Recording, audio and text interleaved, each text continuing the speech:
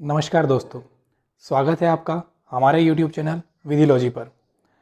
आज हम लोग sexual harassment of women at work place act 2013 का आगे का जो सेक्शन बचा हुआ है वह पूरा करेंगे, यानी कि सेक्शन 4 चैप्टर 2 से हम शुरुआत करेंगे और आगे जितना हो सकेगा हम कवर करने की कोशिश करेंगे और जो बाकी बचेगा वो नेक्स्ट वीडियो में हम कवर करेंगे। याद रहे दोस्तों कि हम लोग ये सब्जेक्ट ख़त्म होने के बाद इसके लिए MCQ के जो वीडियोज़ हैं वो भी लाने वाले हैं, तो आप लोग निरंतर बने रहिएगा हमारे साथ। और प्लीज़ अगर आप हमारे चैनल पर नए हैं तो लाइक, शेयर एंड सब्सक्राइब ज़रूर करें।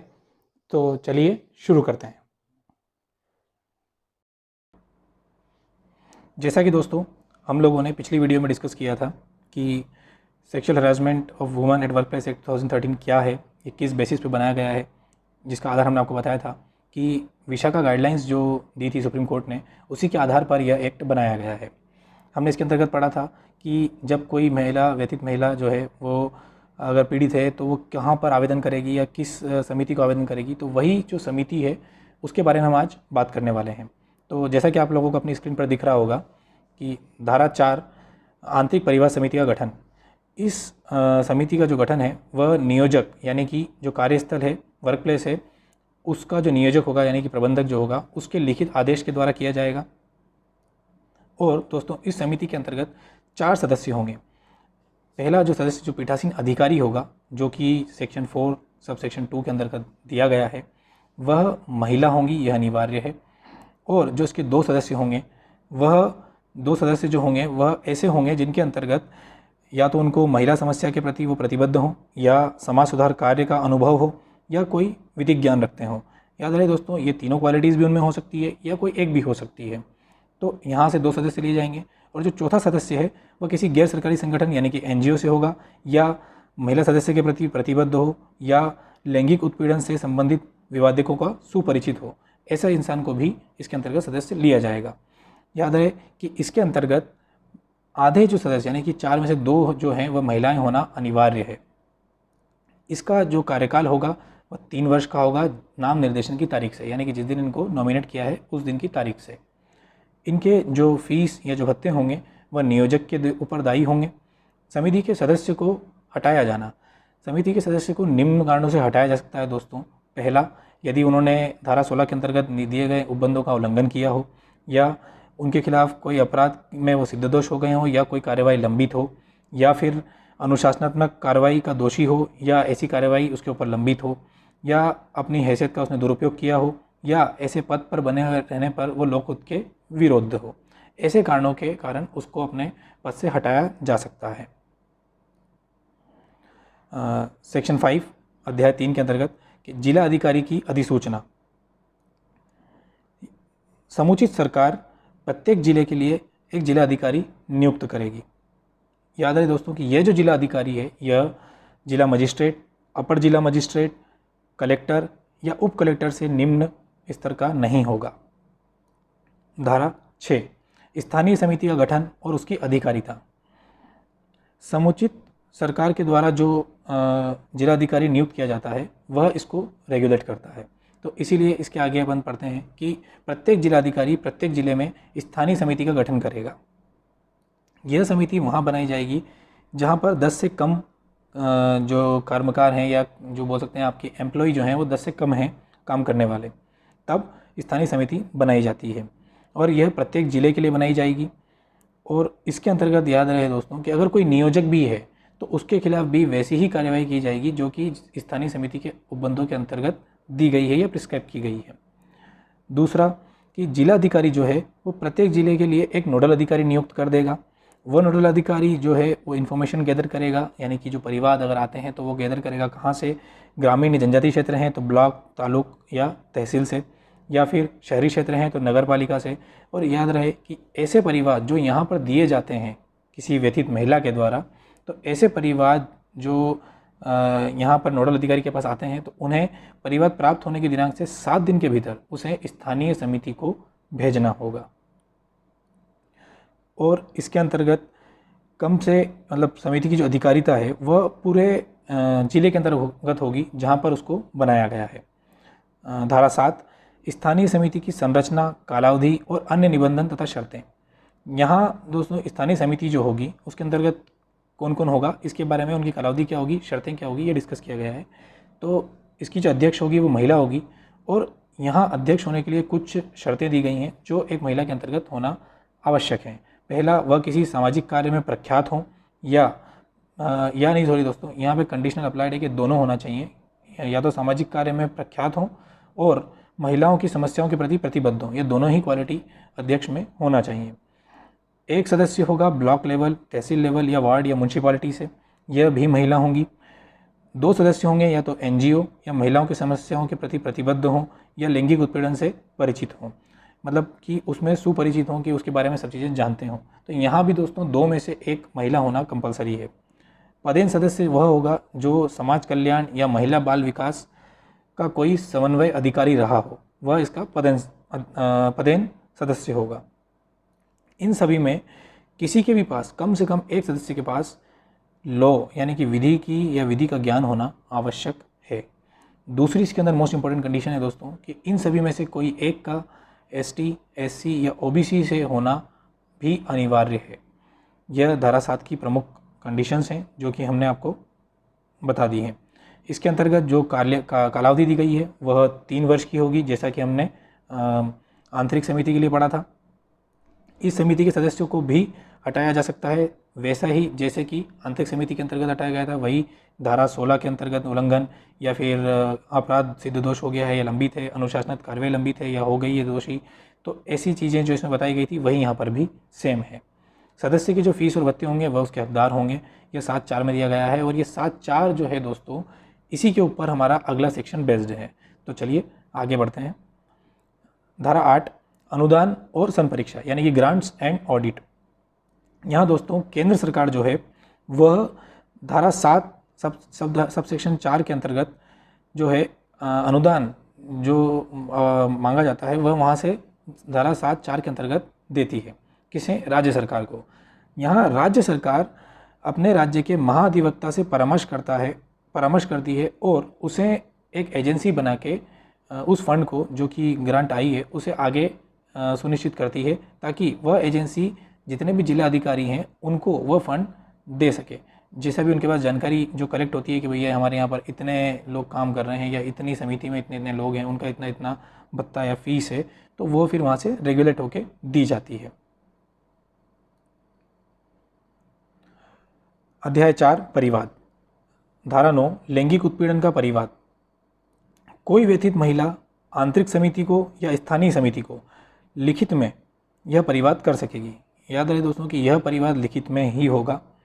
इसके अंतर्गत एक लिमिटेशन भी दी गई हुई है कि जो परिवाद है वह घटना के 3 माह के भीतर किया जाना चाहिए, या फिर कोई ऐसी घटना है जो निरंतर चालू है, यानी कि मतलब वो घटना कल हुई थी, आज हुई है और वापस हो रही है, तो जो आखिरी उसका जो घटना होगा वहाँ से वो 3 माह शुरू होंगे।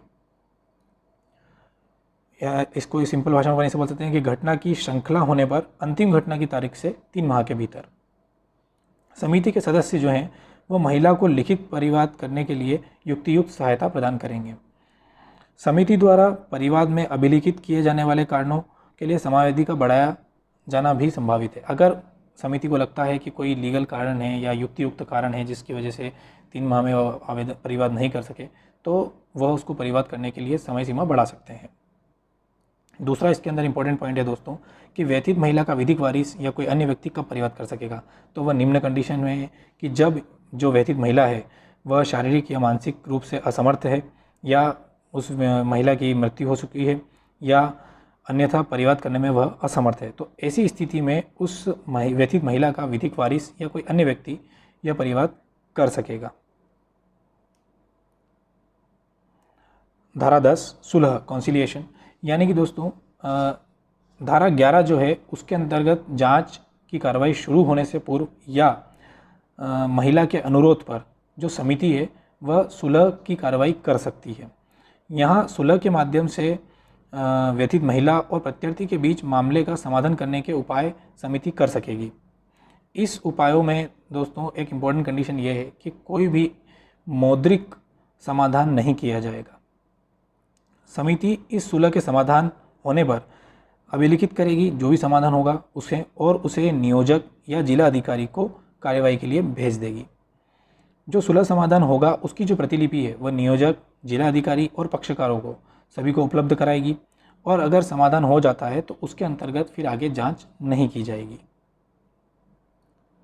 धारा 11 परिवाद के बारे में जांच। धारा 10 के उपबंधों के अधीन रहते हुए समिति यहाँ पर जांच करेगी। तो पहला है कि यदि प्रत्यार्थी जो है वह कर्मचारी है, तब ऐसी स्थिति में समिति जो है वह अगर प्रत्यार्थी के लिए जो सेवा उपबंध या सेवा नियम बने हुए हैं कदाचार के लिए, उसके अंतर्गत आगे कार्रवाई करेगी, या अगर वो उपबंध नहीं है तो फिर जो उसके अलग से विहित रीत है या विहित रीति से जो बने हुए नियम है उसके अंतर्गत कार्रवाई करेगी। यहाँ सेवा उपबंधों से दोस्तों मतलब यह है कि कोई भी कंपनी होती है या कोई इंस्टीट्यूशन होता है तो वहाँ पर एक गाइडलाइन होती है कि इसी तरीके से काम किया जाएगा या ऐसा नहीं किया जाएगा, या अगर वो ऐसा करता है तो उसके ऊपर ये दंड या फिर ये फाइन जो भी पनिशमेंट दिया जाएगा। तो पहले हम उस चीज़ को देखते हैं, उसके बाद इसमें आगे कार्रवाई करते हैं। दूसरा, जब घरेलू कर्मचारी है कोई, तब उसकी दशा में क्या होगा? तो ऐसी दशा में यदि समिति को प्रथम दृष्टया ये लगता है कि जो मामला है वह आईपीसी यानी कि भारतीय दंड संहिता की धारा 509 के अंतर्गत पुलिस को प्रेषित कर देना चाहिए, तब वह 7 दिन के भीतर परिवाद प्राप्ति से पुलिस को उस परिवाद को आगे प्रेषित कर देगी। धारा 10(2) में दिए गए समाधान के किसी शर्त और निबंधन का प्रत्यर्थी मतलब यानी कि जो प्रत्यर्थी है जिसके साथ सुलह की गई थी धारा 10 के अंतर्गत, यदि वह उस सुलह के जो नियम हैं या जो शर्तें हैं वह नहीं मानता है या उसका उल्लंघन करता है, तब भी जो है ये धारा 11 के अंतर्गत यह कार्रवाई वापस से शुरू की जा सकेगी। दोनों पक्षकार अगर कर्मचारी होते हैं तो क्या होगा? तो दोनों पक्षकार अगर कर्मचारी हैं तब उन दोनों को समान अवसर दिया जाएगा अपनी बात रखने का और सुनवाई का। धारा 509 आईपीसी में किसी बात के होते हुए भी प्रत्यार्थी के सिद्ध दोष ठहराए जाने पर, यानी कि अगर प्रत्यार्थी जो है वह सिद्ध दोष हो चुका है, तब न्यायालय अगर चाहे तो व्यथित महिला को ऐसी राशि के संदाय का आदेश दे सकेगी जो वह उचित समझे, लेकिन यह जो राशि होगी वह धारा 15 के अंतर्गत जो नियम दिए गए हैं उनके अनुसार होगी। समिति को सिविल न्यायालय की शक्ति होगी, यह एक इंपॉर्टेंट पॉइंट है दोस्तों, इसे याद रखिएगा, यह एक क्वेश्चन यहाँ से बन सकता है। तो सिविल न्यायालय की शक्ति आप लोग जानते ही हैं कि समन या हाजिर होने के समन जारी करना हाजिर होने के लिए, या शपथ पर परीक्षा लेना, या दस्तावेजों का प्रकटीकरण व पेश करना, या विविध अन्य विषय जो भी हैं। चौथा इसके अंदर जो उपधारा है वो भी इम्पोर्टेंट है कि जांच 90 दिनों में पूरी होनी चाहिए, जो इसके अंतर्गत धारा 11 के अंतर्गत की जाएगी। अध्याय 5 परिवाद के बारे में जांच। धारा 12 जांच के लंबित रहने के दौरान कार्रवाई। जब जांच चल रही होती है तब क्या कार्रवाई जरूरी है और क्या कार्रवाई समिति के द्वारा की जा सकती है। तो व्यथित महिला द्वारा किए गए लिखित अनुरोध पर समिति नियोजक को निम्नलिखित सिफारिश कर सकेगी, यानी कि जैसे महिला या प्रत्यार्थी का अंतरण यानी कि उसका कहीं और ट्रांसफ़र कर दिया जाए किसी और ब्रांच में, या फिर महिला को 3 माह तक की छुट्टी दे दी जाए। याद रहे दोस्तों कि यहाँ जो छुट्टी मिलेगी यह उसकी जो हकदार यानी कि जो ऑलरेडी ग्रांट छुट्टियाँ हैं उससे अलग होंगी। और तीसरा जो कि यह है कि 12(1) के अंदर यानी कि व्यथित महिला के लिखित अनुरोध पर जो सिफारिश मांगी गई है, जो सिफारिश समिति के द्वारा की गई है, उसको करने की जवाबदारी नियोजक की है, और जब वह ऐसी चीज़ कर लेता है तो इसकी जो रिपोर्ट है वो समिति को भेजेगा। धारा 13 जांच रिपोर्ट। यहाँ जांच रिपोर्ट समिति नियोजक या जिलाधिकारी को और पक्षकारों को जांच पूरी होने की तारीख से 10 दिन के भीतर उपलब्ध कराएगी। जो रिपोर्ट है वह 2 तरह की हो सकती है, या तो जो कथन थे वह प्रत्यार्थी के विरुद्ध साबित नहीं हुए हों या साबित हुए हों। जब प्रत्यार्थी के विरुद्ध कथन साबित नहीं होंगे तब समिति जो है वो नियोजक और जिला अधिकारी से कार्यवाही नहीं करने की सिफारिश करेगी, और यदि प्रत्यार्थी के विरुद्ध कथन साबित हो जाते हैं तब नियोजक या जिला अधिकारी से सिफारिश करेगी कि प्रत्यार्थी को जो लागू सेवा नियम हैं उसके उपबंध अनुसार उसके खिलाफ कदाचार की कार्रवाई की जाए, या प्रत्यार्थी के वेतन या मजदूरी से व्यतीत महिला या उसके विधिक वारिस को प्रतिकर दिलाया जाए, जैसा कि धारा 15 के अंतर्गत विहित किया जाए। और ऐसा प्रतिकर यदि न ही दिलवा पाते हैं या न दिया जाता है समिति के आदेश के समिति के जो सिफारिश है उसके द्वारा, तो वह राशि समिति भू राजस्व की बकाया के रूप में वसूल कर सकती है संबंधित जिला अधिकारी को आदेश अग्रेसित करके। चौथा और इम्पोर्टेंट पॉइंट कि नियोजक या जिला अधिकारी सिफारिश की प्राप्ति के 60 दिन के भीतर उस पर कार्रवाई करेगा। तो दोस्तों आज के लिए इतना ही। इसका जो बचा हुआ पार्ट है यानी कि सेक्शन 14 से लेकर सेक्शन 30 तक, वो हम इसका नेक्स्ट वीडियो जो कल आएगा उसके अंतर्गत सारा इंक्लूड कर लेंगे, और उसके बाद हम इसी के MCQs भी पोस्ट उसके बाद वाले वीडियो में करेंगे। तो दोस्तों बने रहिएगा हमारे साथ में, और अगर आपको ये वीडियो पसंद आया हो तो please like, share and subscribe. Thank you.